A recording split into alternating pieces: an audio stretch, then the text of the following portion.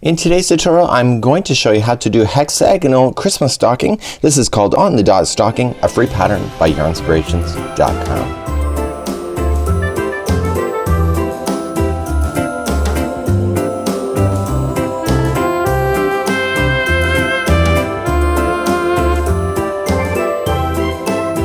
Welcome back to the Crochet Crowd as well as yarnspirations.com. I'm your host Mikey. Today we're going to work on the Christmas stocking. It's made up of 17 hexagons. They are all the same as far as design. The only difference that you see is the color. So it's a very retro kind of look. For my particular stocking, I decided to go all one solid color, and I decided to use the Caron Simply Soft Party yarn, and I've done mine in red, and it has a bit of a shimmer and sparkle to it, so it's really quite amazing. So let me tell you a little bit more about this pattern, and then we'll get started on doing the prep work for this tutorial. So as I mentioned, each of the hexagons is the exact identical pattern, so you just have to make 17 of these and then put it together just like you see in this particular layout. So what we want to do is that before you begin to do the stocking formation like this, we have to create a stocking flat piece that looks like this, so you can count that there's all 17. But there's a little bit of a catch to this particular pattern which is not very obvious on here, and I want to show you that right now. So here's a blown up version of that same diagram. Okay, just like you see. So I blowed it up, and here we go, and I don't want to start giggling on this tutorial today. What we have right here, D and G and E and F are not to be assembled. So when you go to lay this flat and you put it all together, do not assemble these two seam lines. So you want to have this gap, because the reason for it is that B ends up over top of the stocking. So here is an example of what it looks like when you put it all together. So if, say you're not even gonna crochet it and you want to use this paper, you can see how it comes together in paper format and how it all works out. So it's actually really quite amazing. So the biggest tip is do not put D and G, E and F together when you're doing this complete configuration when you're going to lay it down. So how you look at it is that you have to look at the side. So I can tell that this is the top because there's no letters here. Do you see A, B, C, and see all these smaller little letters here? That's the attachment. So A attaches to A, and then B attaches to B, and C and D, and etc. So right here, for example, we have E and F. So if this was attached, you would never be able to get E in there, so you got to make sure you don't sew these together in the initial, and then F is attaching to here, and it works out. You just have to trust in it, I guess. So that's how you would put it together. So let me show you how to do one of the hexagons first, and then I'm gonna show you some tips on putting this together and then go from there. So let's begin. You'll notice in the pattern it's asking for Caron Simply Soft Holiday or Caron Simply Soft in just regular. I'm using Caron Simply Soft Party because I like to be different, but mine is a solid color that I've been working with, but I'm gonna show you how to make sure you change that color if you wish. And again, the color changes are completely up to you. You're gonna need a size 5mm, size H crochet hook today, and let's start off with a slip knot. So you have to make 17 of these identical. If you're following the color schemes, that information is given to you on the pattern. So the hexagons go really quick, so let's begin. So we're going to chain 4. Remember that the slip knot on the hook does not count as 1. So 1, 2, 3, and 4, and then go into the starting chain and yarn over and pull through, and then you have the interior ring of your hexagon. You want to treat this straggler like it's part of that ring and just wrap it around the outside, so when you go to play with it, it gets stuck underneath, so you'll never see a starting point or any loose ends at the beginning or at the middle of your hexagon. Let's begin round number 1. We want to start off by chaining 3. Remember in the rules of crochet when you do this is that chaining a 3 counts as a double crochet. So let's do that. So 1, 2, 3, and we want to do 2 more double crochets into the center of the ring, and again trapping that straggler down on top so that it gets buried underneath and you'll never see it. So hexagons have 6 sides, so this is one side of 6. So to do the next group of 3 you have to chain 1 first, go back into the center of the ring for another 3 double crochets. So every one of the sides has 3 double crochets associated to it. Okay, so there's my another group of 3. So chain 1 and then come back into the center of the ring. Now you're going to notice as I get a little bit further that you're gonna run out of space in the center, but because you are going around the center ring you can always shift things in order to move and make room for more. It does all fit. So now I can see that I have 3 sides, 1 2 3, so I have another 3 to go. So chain 1 first and continue to double crochet in groups of 3. Okay, and so that was the 4th side, chain 1, going back in. So I'm looking like I'm running out of space, so I get really close on that 5th one and I just have to make room for that 6th.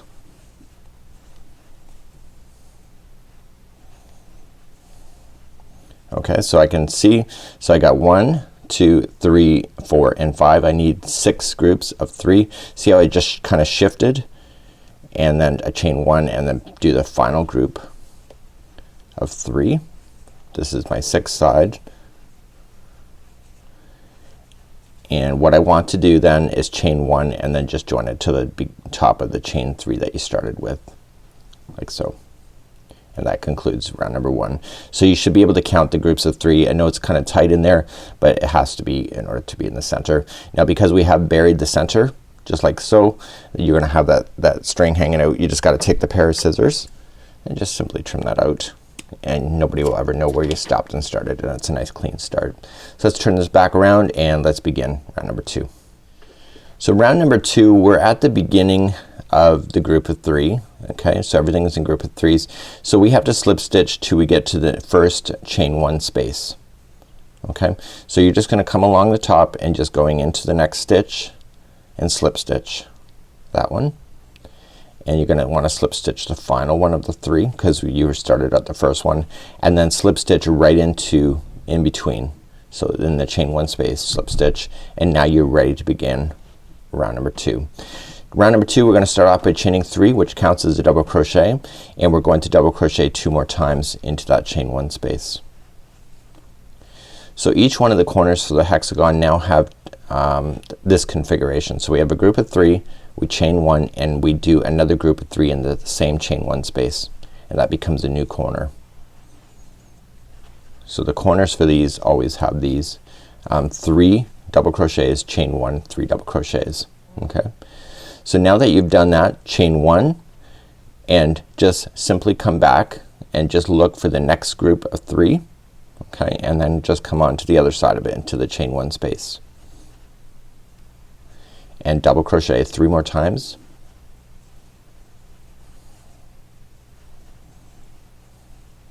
Chain 1 and double crochet again 3 more times.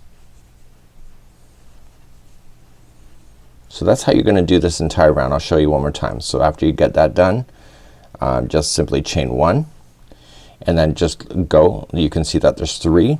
So 1 2 and 3, and it's a chain 1 space and another group of 3 double crochets.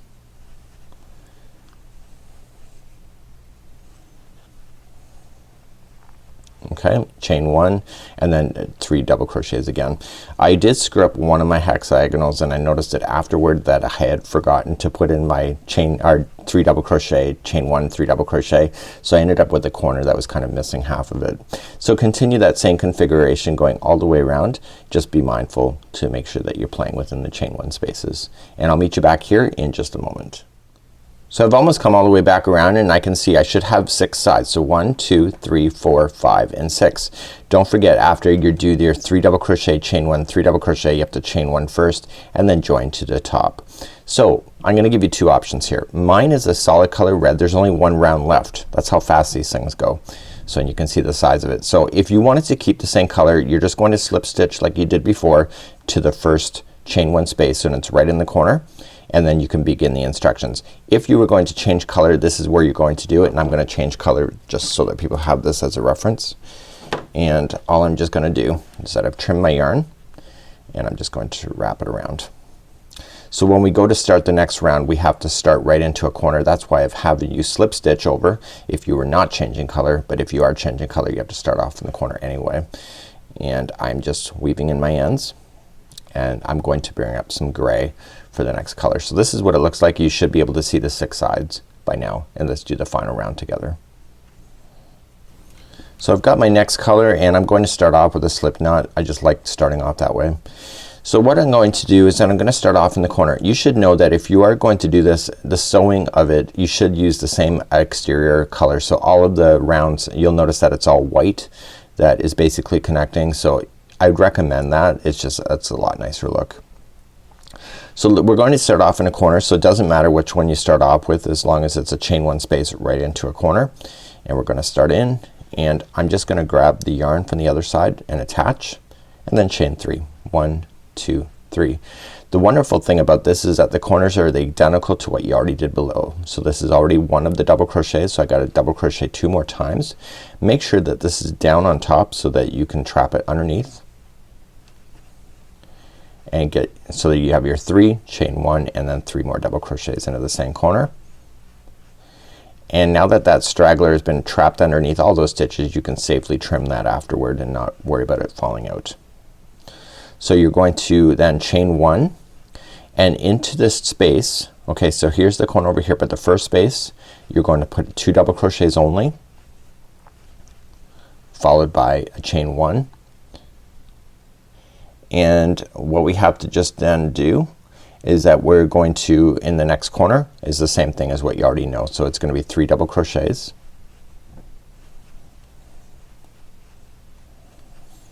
chain 1, and 3 double crochet.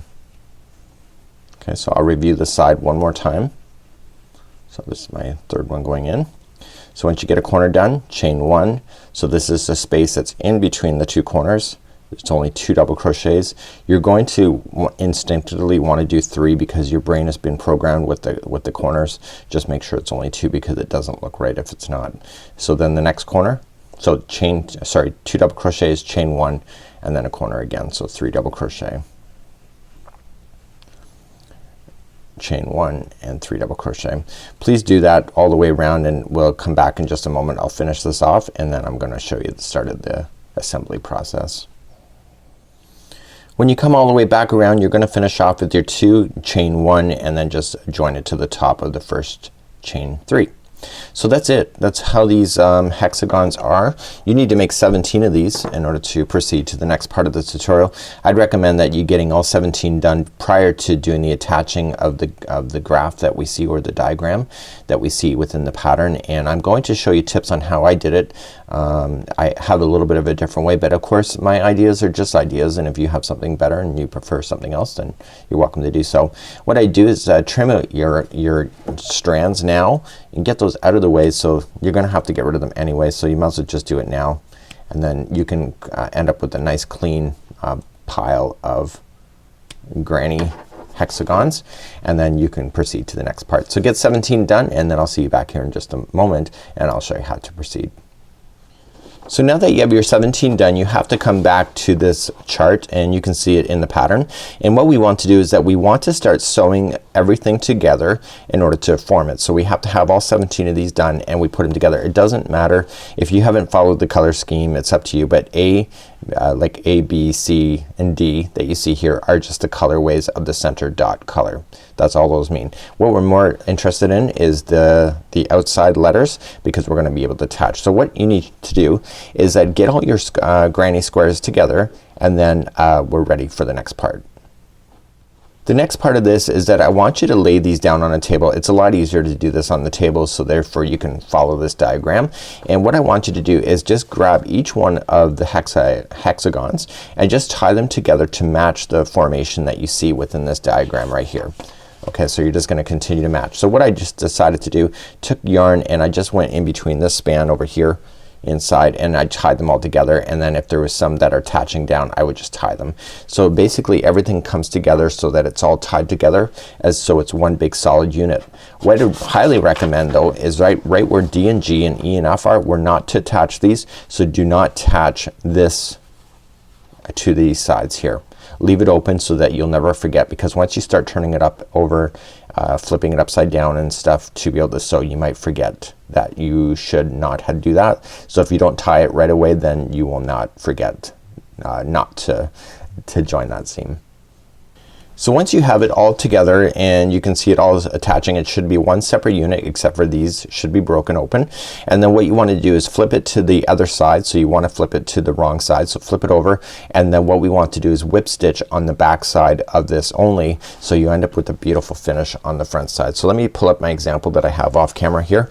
So this is the front side. You can see the beautiful stitch work that is all in the join, but I did join it in the back side here. Okay, you can't even see it because it's so well done, and it's all whip stitch. So you want to make sure that when you're sewing together, you're gonna sew on the back side. As you start to sew them together, I recommend pulling out the strings that you have tied together, so therefore you can kind of see where you need to go, and it kind of gives you a sense of accomplishment too. The more strands you can pull out, you just have to kind of like just follow the path of least resistance, I guess. Sometimes you just have to do a little section, but just kind of do a path so that it does a lot of maximization in order to put things together. You might just want to go around. You can go in any direction that you wish. The key element though is make sure D and G and E and F are not attached here, and we want to follow that same configuration just like so. So let me show you how to do a whip stitch. So I'm going to start off with one side as a slip knot. This is my own personal preference. Leave that loop open, and you want to do it long enough so that you can do a whole good span at one time, and you want to get your darning needle out and feed the eye of the needle. So what I want to do is that I want to turn it to the back side. So this is the front side of it. I want to turn it to the back side, and I want to attach this one that I've been working on. So it's not going to be part of this, but I just want to show it to you for demonstration reasons. So what we have here is that when we turn it around, you can see that there is two loops. Okay, and most of us will know these as stitches. Well, you have the front loop and the back loop based on how you're viewing it. So if you have it and it's turned upside down, the front loop is actually the back loop, and etc. So try not to boggle your mind too much with that. So I want to turn this over, and I want to turn this one over too. So I want to sew only on the back side. So what I want to do is that I want to lay it into the actual project like so, and let me show you. So when I go into the stitch, what I want to do is that I want to make sure I don't capture both of the strands of the stitch. I only want to capture the one that's closest to me only, and this is what creates that beautiful finish. And you can see that you have a beautiful line, and that's because you're only going into one stitch. You will get more of a different look if you go into both, and it would be kind of very obvious and probably not so pretty. So you want to come into a corner. Okay, so I'm gonna go into the corner in this one. I'm only gonna go into one strand only, and I'm gonna come into the corner that I'm attaching it to and go into one strand only, and just pull. And what I want to do is that I want to put the needle through the slip knot like so, and pull snug. Don't go crazy with it, and simply just move down the line. So just go into one strand on one side, one strand on another.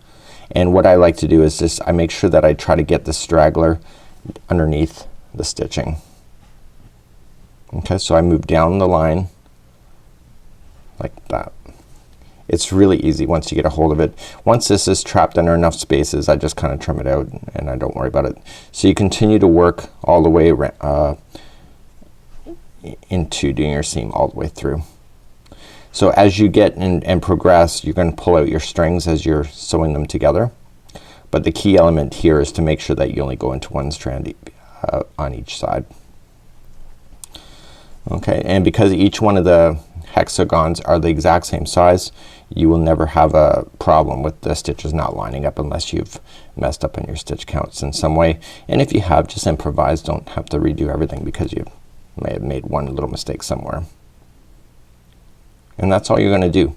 So you're gonna whip stitch everything together. When we go to put this together in the final, we're gonna whip stitch it together as well. So this is what's important, is that when you go to whip stitch, you'll have like straight lines going across. But if you use the same color, so if I use gray on both sides and this was gray, you'll never see it. And in this case I used red, and you don't even see that the lines going across, even though they're there because the colors are matching.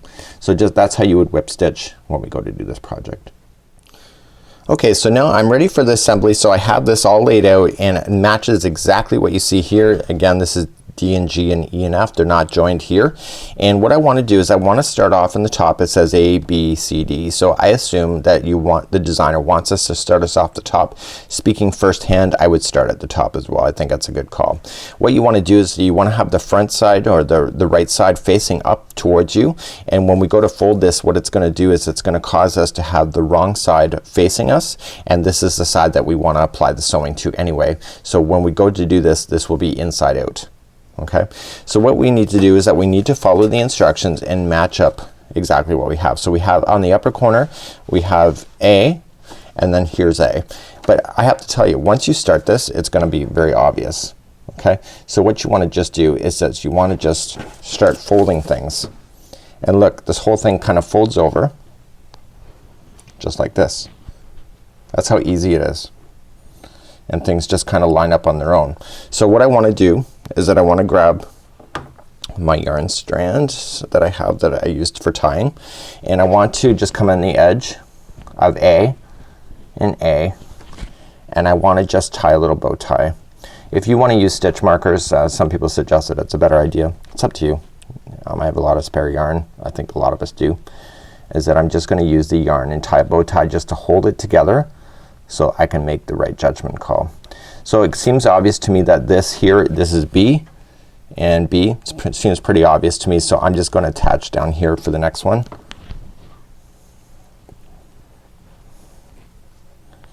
And I'm basically creating a line of seaming that I'm gonna do all the way down. Okay, so I'm just following this up. So this is E, or this is D and G, and this is E and F. See how they're not attached? Well, that's because this is part of the top part of the stocking. So I can see what we got here. So this is going to be F right here, and I'm looking at where is F attaching to. So it's gonna be right there. So this one is a little bit more tricky, so I will apply a strand there. And tricky meaning that I want to make sure it doesn't, I'm not got the wrong fold.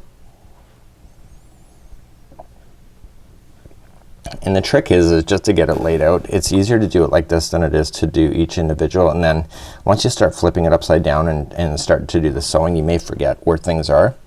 So this is I. Okay, let me just get my bearings straight, and let me just be right back. So I'm just continuing to attach, and I'm just kind of folding things up, and things are just working out.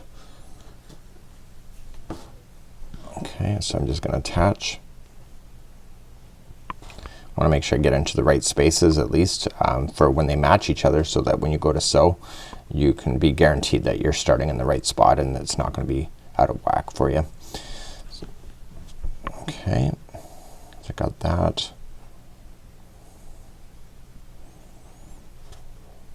Now I want to put this one together too, just to make sure I don't lose my place here. So coming in and in. On paper it's hard to see how this would fold together to make a stocking, but then once you actually get your project done, you can see how it does. So you can actually see at this particular point as you're working on it is that the back here, right at the back of the heel, it's not sewed, but this one is kind of folded up over. So in the end, what we have to do is that we have to start matching things. And what do we have right here? So O and O. So these two seams go together. So the only complex thing is basically the end. And you will notice that when I did my paper, and I'll pull that out in just a second, is that the outside toe point is a little different. So when you look at the paper here, it kind of looks like this. Okay, so that's there. That's there.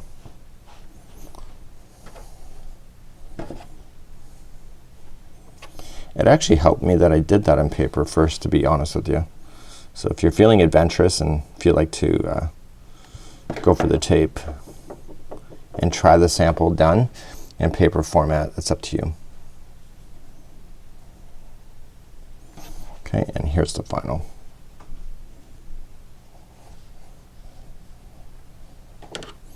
So all I'm gonna do now is just start to sew along the seams in the back, or in the using the whip stitch. And because I'm looking at the inside of the stocking, I just want to concentrate on the one loop for when you go to do the whip stitch.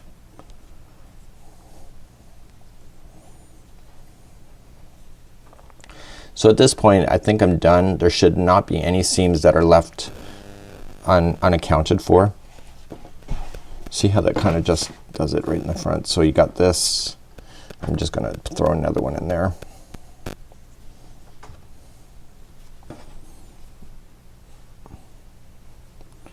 The worst part you can do is start sewing this and then all of a sudden you start sewing the wrong one together.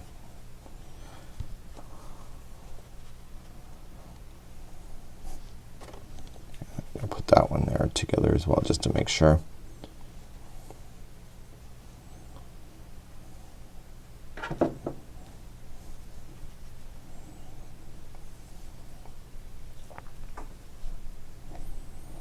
Okay, so basically this is the stocking. This is how it looks. I put all the major seams together, and all I'm just gonna do now is just follow it along and put it together, and then we're gonna turn this inside out at the end. Let me review on slip stitch, or on the whip stitch one more time. To do the whip stitch, just grab your darning needle once again, and I'm making mine all one color, so I'm using red. And on the other side of this put a slip knot and leave that out.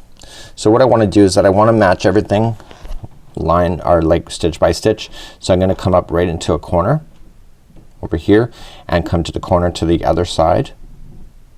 Once you get it started, it's pretty easy, and you're just getting one strand of each.